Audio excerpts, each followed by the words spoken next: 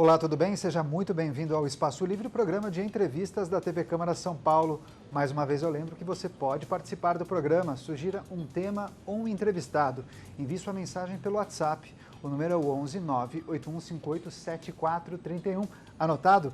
Eu aguardo a sua mensagem. Bem, hoje no programa nós vamos falar de cinema em São Paulo, especialmente de duas novidades: a abertura de um circuito popular de cinema e a inclusão da cidade no roteiro internacional de locações para filmagens.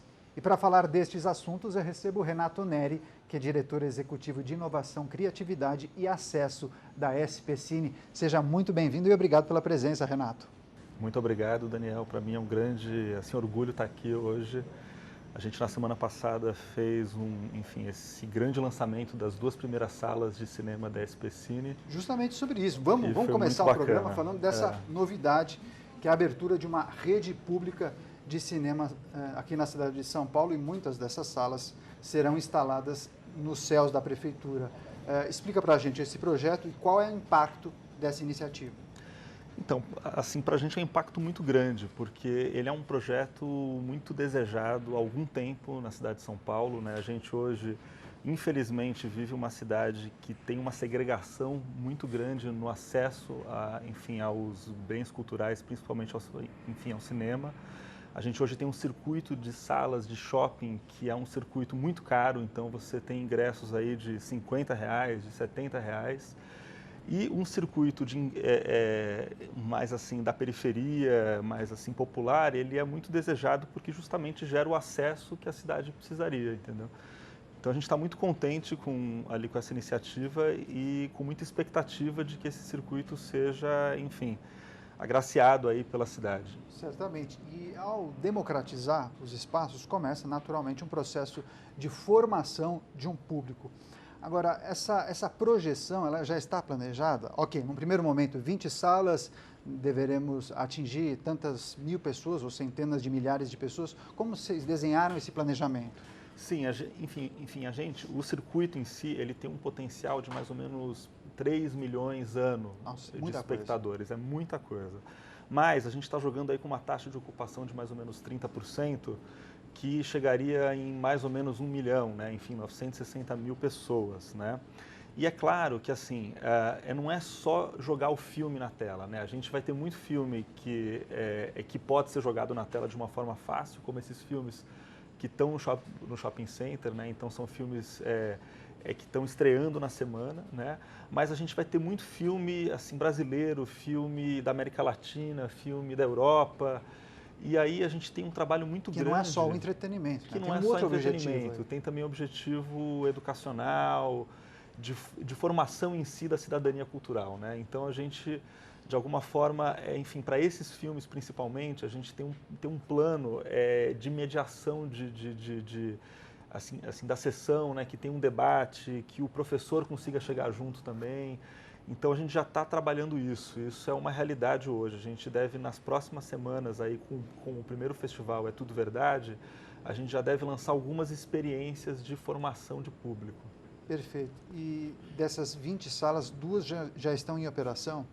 Duas já estão em operação, a gente tem o Céu Meninos e o Céu Butantã, que já estão em operação, e que já estão com uma grade regular, né? Ou seja, você consegue ir no cinema na quarta, quinta e domingo, acho que são 3 horários, né? Você tem o horário das 16 horas, das 18 e das 20 horas. E qual é o planejamento para a abertura das demais salas?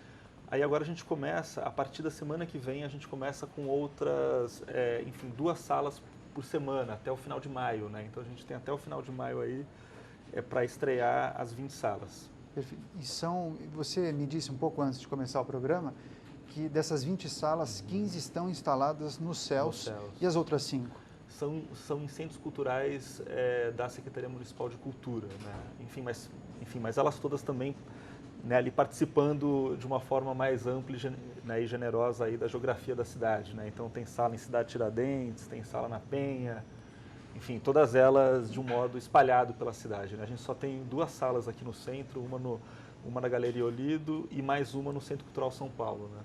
E eu me lembro que eu li uma reportagem, um artigo que dizia que essa iniciativa já é uma das recordistas em número de salas, né? Sim. Então esse projeto já larga aí como um dos maiores centros exibidores de filmes, é isso? Com certeza. Não, e assim, muito também, porque assim, são salas únicas em pontos isolados ali da cidade, né? Então, a gente não tem nenhum circuito hoje que consiga, enfim, abraçar essa cidade como um todo, né? A gente tem os shoppings que tem aí 15 salas, 10 salas no mesmo lugar, e o circuito da SP Cine, da prefeitura, é um circuito amplo, né? Um circuito que abraça muitos territórios, né? Legal, Renato. Vamos retomar um pouco o histórico da SP Cine para o pessoal que está em casa.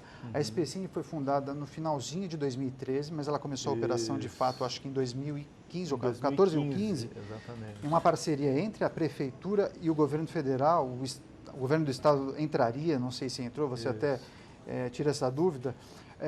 Mas, enfim, a SP Cine atende uma reivindicação antiga do setor desde o fechamento da Embrafilme. Conta um pouco dessa história. Exatamente. Quando a gente entrou, enfim, na gestão, esse era um pleito antigo, né, isso ali do setor, né?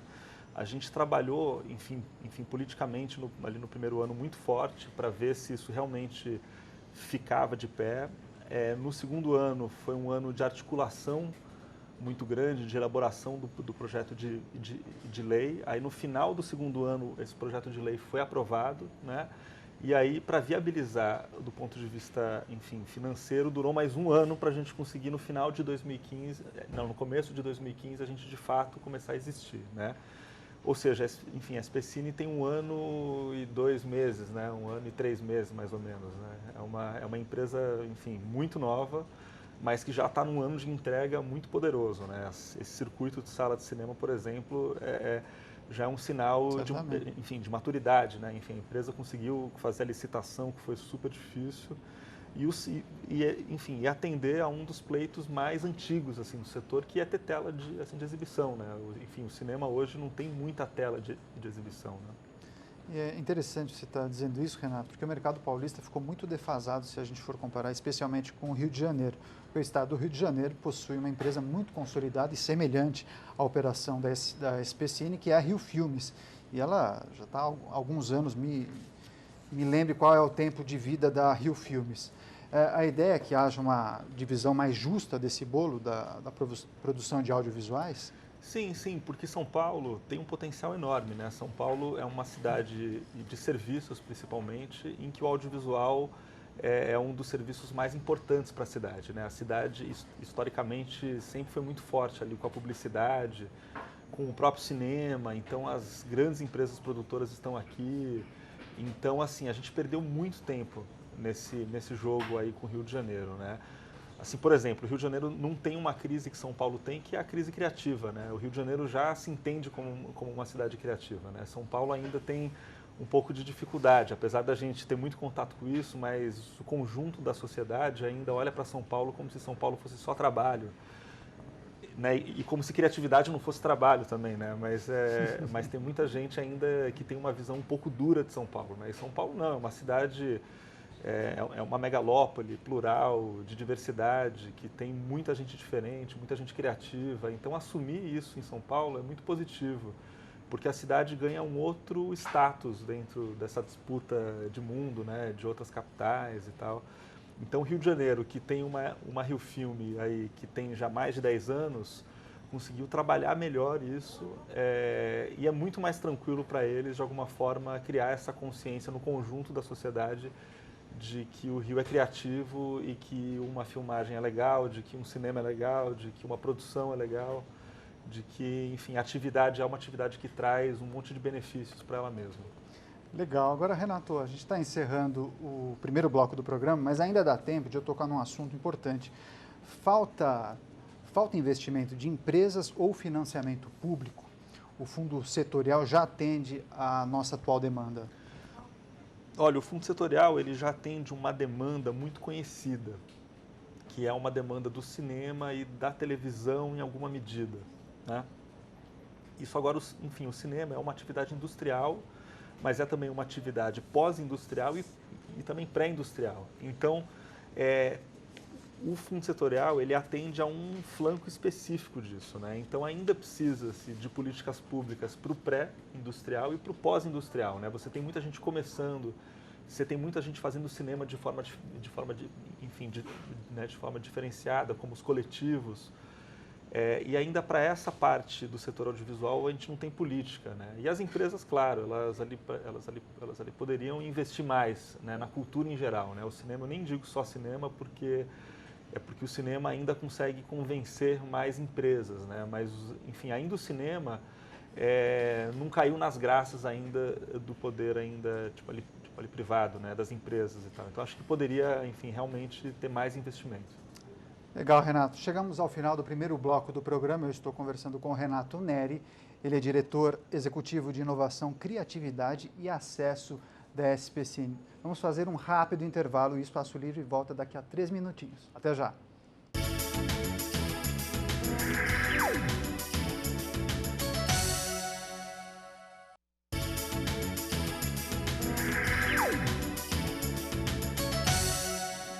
Olá, estamos de volta com o Espaço Livre e hoje em uma edição especial. Comigo, o Renato Neri, que é diretor executivo de inovação, criatividade e acesso da SPCine. Olha só, tocamos em vários assuntos no primeiro bloco, Renato, mas tem uma outra novidade da SPCine, que é a Film Commission. Eu até queria fazer uma introdução, porque assim, quando a São Paulo recebe uma agência como a SPCine, é natural que haja uma virada no mercado. Talvez a SPCine consiga chegar ao mesmo patamar da Rio Filmes. E essa virada ela pode acontecer em alguns quesitos, na minha avaliação, me corrija se eu estiver errado, no financeiro e também em número de produções. Mas é possível que a cidade de São Paulo seja escolhida cada vez mais para locação e a Film Commission vai ajudar nisso? Explica para a gente o que é a Film Commission. Bom, Daniel, é o seguinte, que São Paulo é uma cidade muito filmável do seu ponto de vista plural, né? Ou seja, tem muito cenário em São Paulo, né? São Paulo consegue filmar desde o ambiente da Europa até o ambiente da América Latina, até floresta a gente tem né, nessa região metropolitana, a gente tem aldeia indígena em São Paulo, né? Só que isso tem que acontecer de forma mais organizada, entendeu? A gente tem um déficit aí de atendimento a filmagens, né? Que é um déficit histórico, porque São Paulo nunca teve uma estrutura, aí já te respondendo, né? Uma Film Commission, ela é uma estrutura de atendimento e de facilitação ali das filmagens. Então por exemplo, uma grande... desburocratizar. É para desburocratizar e para facilitar, né? Porque na Film Commission você tem ali um banco de locações, um banco de cenários, né? Você tem um banco de profissionais também. Então, quando você tiver uma filmagem de um conteúdo internacional, de um filme internacional, você consegue rapidamente dar respostas para que o produtor consiga vir para São Paulo e filmar, né? A gente tem um exemplo que acabou de acontecer, que é muito bom, que é o seguinte, eu não sei se os espectadores conhecem o Netflix e o Sense8, que é uma série do Netflix, né? E a gente fez todo o atendimento, enfim, a eles, já com a Film Commission. Um episódio do Sense8 foi gravado em São Paulo? Um episódio, não, ele vai ser gravado agora em maio, isso ali na Parada Gay. Entendi. Então foi toda uma articulação que a gente fez, a gente recebeu o produtor, a gente, né, criou esse ambiente amigável para que ele venha para cá, né? E ele vai trazer investimento, né? Um episódio hoje do Netflix, como o Sense8, ele gira em torno de $1 milhão de dólares, mais ou menos, né? E com certeza... Dezenas de profissionais vão vir para cá. Dezenas de profissionais. Vão colocar outros tantos, né? Eles vão contratar, eles estão trazendo também um carro de som né, ali da Bahia para cá. Um carro de som não, como é que chama? Trio elétrico. Isso, um trio elétrico está vindo da Bahia para cá. E eles vão contratar uma série de profissionais aqui. E isso só foi possível porque existia uma instância de recepção, de acolhimento, de conseguir fazer com que a cidade se torne mais fácil do ponto de vista da filmagem. Antes o produtor estrangeiro nem sabia por onde começar, né? Não sabia, né? A gente tinha casos, antes até da Film Commission começar, mas ainda na gestão, de, por exemplo, veio em São Paulo, ali o Mika Hakkinen veio para São Paulo querer fazer uma filmagem na Avenida Paulista, e aí foi um parto, porque não pôde, porque era um carro de corrida, e aí a gente teve que entrar no circuito para ajudar. Então quer dizer, enfim, a cidade, todo mundo fugia dela antes, né? Agora com a SPCine as pessoas estão chegando mais junto aqui da cidade de São Paulo. E essa é a segunda vez que o Renato vem aqui ao programa, ao Espaço Livre, e ele disse na primeira vez que havia um certo mau humor do paulistano com as filmagens. Tem aquela ideia, eu me lembro daquela história de que ninguém quer uma feira na porta de casa. Todo mundo gosta de ir à feira, mas ninguém quer uma feira na porta de casa. Acontece mais ou menos a mesma coisa? É a mesma coisa com a filmagem? Ou você acha que a Film Commission pode ajudar nesse sentido? Sim, sim, porque é o que acontece, é exatamente isso, né? As pessoas gostam de ir no cinema, de ver, mas não gostam de receber na sua rua ali uma filmagem, porque a filmagem é um transtorno realmente, né? Você vê, né, a rua fica parada, você não pode passar com o seu carro por um tempo determinado, mas é uma bagunça, porque você tem uma série de atores, uma série de equipe técnica, você tem luz, né? E a gente está trabalhando também, para além das campanhas de sensibilização de que São Paulo, enfim, é cenário, a gente está trabalhando também que os produtores, de alguma forma, sejam mais amenos na sua abordagem ali no ambiente local, né? Então, que saiba lidar melhor com os moradores. Então, existe aí um trabalho de formação de todas as partes, né, para conseguir fazer com que a filmagem, de alguma forma, seja mais amena dentro do cotidiano da cidade. E tem um exemplo bom, inclusive, no período de gravação daquele filme Ensaio sobre a Cegueira. Sim, sim. A produção teve que interditar, porque tem um dado que as pessoas assim não sabem, mas São Paulo é muito barulhenta, né? E para o cinema o barulho é fundamental. Enfim, você não ter barulho é fundamental para você construir o som, né? E o Ensaio sobre a Cegueira, ele precisou de ter o minhocão livre, né? E sem carro nenhum, e sem som nenhum, né? Enfim, e aí precisou-se de alguma forma fechar não só o minhocão como, enfim, 2 quarteirões além do minhocão, né? E isso tem que ser possível para o cinema, né? A gente teve uma reunião outro dia na subprefeitura em que foi a primeira vez que a gente conseguiu capotar um carro no minhocão, né? Porque também, assim, é uma sequência que todo mundo fala, não, mas como é que você capota um carro no minhocão? Não dá para capotar várias vezes, né? Não dá, mas a gente conseguiu fazer uma sequência de um filme que teve um carro capotado. Enfim, o cinema, ele tem que poder tudo, assim, numa cidade, né? Enfim, a gente vê os filmes americanos, por exemplo, você vê lá o ET invadindo, a sala do presidente é um estúdio, no final das contas, né?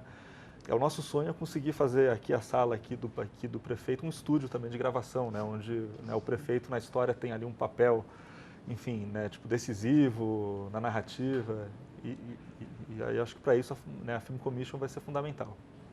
Renato, quais são os maiores entraves e as maiores dificuldades do setor? O que precisa ser feito, na sua opinião, para aumentar o número de produções? Quais etapas precisam ser fortalecidas? Sim, a gente na SPCine, a gente tem uma visão muito geral ali da política, né? Porque a gente percebeu o seguinte, nos últimos anos tiveram muitos investimentos num único flanco da cadeia produtiva, né?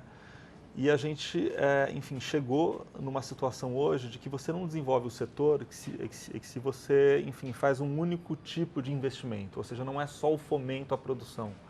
Né? Então você tem que ter outras ações em paralelo. Você tem que ter trabalho com roteiro, então você tem que ter o fomento, você tem que ter formação. Enfim, as universidades precisam funcionar muito bem, os cursos precisam funcionar muito bem. A gente tem um gargalo hoje muito forte na questão da formação, né? O estado de São Paulo tem hoje mais ou menos 3 mil vagas, e você pega a Argentina, tem 10 mil vagas, então eles têm muito mais escola de cinema do que São Paulo, num conta tamanho... não está fechando? É um tamanho que a gente poderia aumentar muito ainda, né, para que o setor se desenvolvesse de uma forma maior, entendeu? Essa questão da sala de cinema, que era um grande gargalo, então a gente conseguindo ter aí um circuito que avance sobre as bordas ali da cidade, é também um investimento muito necessário. Enfim, a gente tem investimento também em inovação, em novos formatos, então, por exemplo, conteúdo imersivo, conteúdo 360, conteúdo de realidade virtual, conteúdo de game, enfim, esses investimentos outros que faltam ainda para que o setor ele cresça de um modo equilibrado. E o retorno é garantido? Porque eu me lembro bem de um texto da assessoria de imprensa, inclusive da SPCine, em que afirmou que cada real investido em cinema tem um retorno de R$5. É verdade isso? Essa conta é verdadeira? Sim, é verdadeira, porque assim, a gente não só, enfim, alavanca outros recursos públicos, mas também os privados, né? Porque um filme desses, Daniel, ele não... Enfim, ele só é feito com muito investimento, entendeu? E o nosso dinheiro nunca é o maior dinheiro, né? Enfim, a gente tem hoje um orçamento, né, que não dá para a gente, enfim, a gente bancar um filme inteiro, entendeu? Então a gente coloca uma menor parte e aí o produtor, ele capta recurso na Ancine, no Fundo Setorial, ele capta recurso via Lei Rouanet, enfim, ele próprio, ele coloca algum recurso, seja ele em dinheiro ou em serviços. Então, hoje em dia, para fazer cinema, porque é uma arte industrial, você precisa ter um cenário aí de investimento muito, enfim, muito potente. Então, investir em cinema significa atrair dinheiros, né? Enfim, as próprias filmagens, né? É que se você pegar, por exemplo, uma diária de um filme, de um longa-metragem grande em Nova York, por exemplo, eles gastam mais ou menos $250 mil dia, né, num filme grande, por exemplo, né? A publicidade, ela investe mais ou menos um milhão a semana, né? Então você injeta muito dinheiro ali na Ou seja, na, se a na cidade economia se local. preparar para receber filmagens, certamente Sim. ela vai colocar dinheiro nos seus cofres. Né? Com certeza, com certeza, com certeza. Legal. Bem, me lembro que no início do programa você disse, Renato, que a SPCine está num processo de fechamento de ciclos. Sim, sim. Estamos chegando já próximos ao final do programa. Gostaria que você destacasse quais são os prognósticos. Fale um pouco desse fechamento, desse processo de fechamento de ciclos, mas também fale o que vem por aí. Tá. Bom, né, que é o último ano da gestão, desse primeiro ano do Fernando Haddad, a gente entrou no último ano, que é um ano de entregas, né? É um ano, por exemplo, que a gente entrega as 20 salas de cinema, só que o nosso projeto é de 80 salas, então espero que o projeto tenha continuidade para que, né, a cidade inteira seja agraciada ali com as salas de cinema. A gente, até o meio do ano, a gente lança um laboratório que se chama LEIA, né, que é o Laboratório de Experimentação e Inovação Audiovisual, que vai ficar na Chácara do Jockey, que vai ser um laboratório que vai fomentar um pouco essa parte de animação, games e audiovisual expandido, né, então vai lidar com as questões de inovação muito fortemente, né. É um ano que a gente lança muitos editais, né, a gente lança edital de produção de cinema, de televisão, distribuição, desenvolvimento de roteiro, de curtas e de inovação. Então, a gente deve lançar, né, nesse primeiro semestre ainda, boa parte desses editais, né? Então, é um ano de fechamento, é um ano de se fazer um balanço do que foi esse primeiro ano de vida da SPCine. Né? Legal, Renato. Excelente bate-papo. Obrigado pela entrevista mais uma vez. Obrigado por vir à TV Câmara e ao Espaço Livre. Quem quiser continuar esse bate-papo pode conseguir informações sobre a SPCine em quais canais sociais? Bom, a gente tem o WordPress, que é o spcine.wordpress.com. Está aparecendo na tela. Qual é o próximo? Tem aparecendo Facebook? Ali, o spcine.wordpress.com, e a gente tem o Facebook, que é só colocar SPCine lá. Isso, é o SPCine, SP. E também isso. a Carla Twitter, Pimenta né? acaba de me passar que tem o Twitter também, tem que é o SPCine _. Todos os mesmo. canais da SPCine aí na tela. Renato, obrigado mais uma vez pela presença. Volte mais vezes aqui à TV Câmara São Paulo. Bem, Espaço Livre de hoje fica por aqui, mas nós vamos continuar a falar dos assuntos importantes no seu dia a dia. Obrigado pela companhia, obrigado pela audiência. TV Câmara São Paulo, informação para a cidadania.